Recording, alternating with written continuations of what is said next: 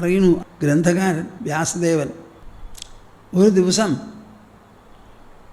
വിഷ്ണു അനുചരന്മാർ സനന്ദൻ, നന്ദൻ എന്നിവരെല്ലാവരും കൂടി വന്നു ധ്രുവനെ കൊണ്ടുപോകാൻ. അവർ വന്നിട്ട് ധ്രുവനെ അങ്ങോട്ട് വിമാനത്തിൽ കയറ്റി കൊണ്ടുപോവാന്ന് പറഞ്ഞാൽ എന്താ അർത്ഥം? എല്ലാവർക്കും മരിക്കണമല്ലോ. അപ്പോൾ ധ്രുവൻ പോണ വഴിക്ക് കണ്ടത് യമധർമ്മരാജാവിനെയാണ്. അദ്ദേഹം വഴിയിലുണ്ട്. അദ്ദേഹത്തിൻ്റെ തലയിൽ കാലെടുത്ത് വെച്ച് ചവിട്ടി താണ്ടി കടന്നു പോയി എന്നാണ് പറയണത്. എന്താ അതിനർത്ഥം? മരണം എന്നൊരു ദശയില്ലാതെ മരണത്തിനെ അതിജീവിച്ചു വാണു എന്നർത്ഥം. നിങ്ങൾക്ക് എല്ലാവർക്കും ഞാൻ മരിക്കുന്നൊരു തോന്നലുണ്ടല്ലോ. വാസ്തവത്തിൽ ശുദ്ധ ഭോഷ്കാണത്. ഒരാളും ജനിച്ചിട്ടുമില്ല, മരിക്കുമില്ല.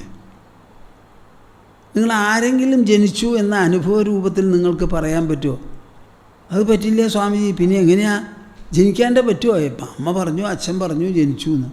മറ്റുള്ളവർ പറഞ്ഞാൽ നിങ്ങൾ എങ്ങനെയാണ് വിശ്വസിക്കുക? അതിൻ്റെ ആവശ്യം എന്താ? സ്വാനുഭവമാണോ അത്? അല്ല. മരണമോ? അതുമല്ല.